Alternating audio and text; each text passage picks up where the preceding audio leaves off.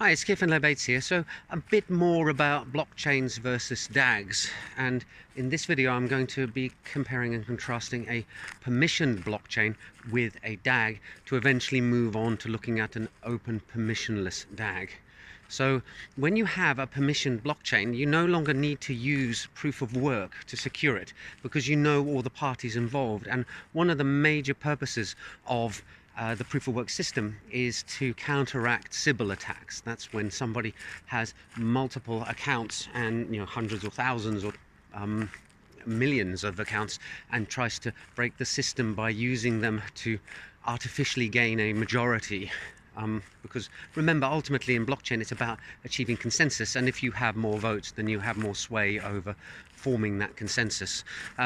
In a permissioned blockchain you can make sure that everybody just has one account, and because you can identify all the parties, if somebody behaves maliciously you can identify them directly and kick them off, and maybe even take real world action in terms of legal lawsuits in order to punish them. So that's why a permissioned blockchain doesn't need proof of work or proof of stake to secure it.